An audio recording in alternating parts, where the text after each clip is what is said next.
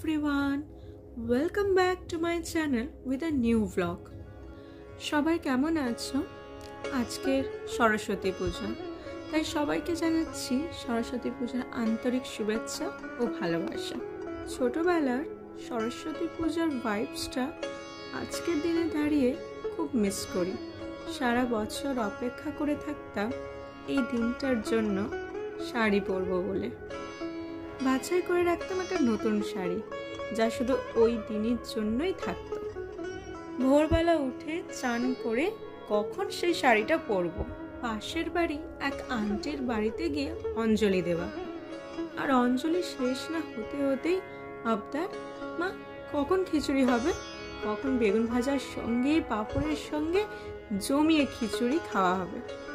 আর এখন সরস্বতী পূজা মানে Bengali Valentine's day. সময় বদলেছে, যুগ বদলেছে, কিন্তু কোথাও যেন সেই ট্র্যাডিশন, সেই কাস্টম আমাকে খুব আবেগ এবং খুব নিজের বলে মনে হয়। পুজো শুরু হয়ে গেছে। পাশের বাড়ি এক বৌদের বাড়ি আজকে আমি এসেছি অঞ্জলি দিতে। আর কিছুক্ষণের মধ্যে অঞ্জলি শুরুও হয়ে গেল। যদি ভিডিওটা ভালো লেগে থাকে তাহলে একটা লাইক করে দিও। আচ্ছা, তোমাদের ছোটবেলার সরস্বতী পূজা কেমন কেটেছিল? সরস্বতী পূজা মানে পুজোর আগে কেউ কুল খাবে না। সরস্বতী পুজো মানে হলুদ রঙের পাঞ্জাবি। সরস্বতী পুজো মানে মায়ের কাছে বই দেওয়া, পড়া থেকে ছুটি। সবাই মিলে পুষ্পাঞ্জলি দিলাম। নেক্সট হোম শুরু হয়ে গেল।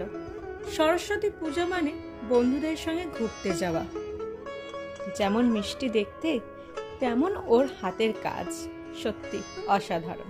যদি আমার চ্যানেলে নতুন হয়ে থাকো তাহলে সাবস্ক্রাইব করে দিও।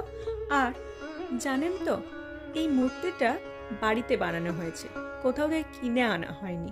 শাড়ি পরানো, গয়না, সাজ সম্পূর্ণটাই যিনি করেছেন, যে হলুদ পাঞ্জাবিটা পরে ছেলেটাকে দেখছে বাম দিকে, ওই হলো মূর্তিটা বানিয়েছে।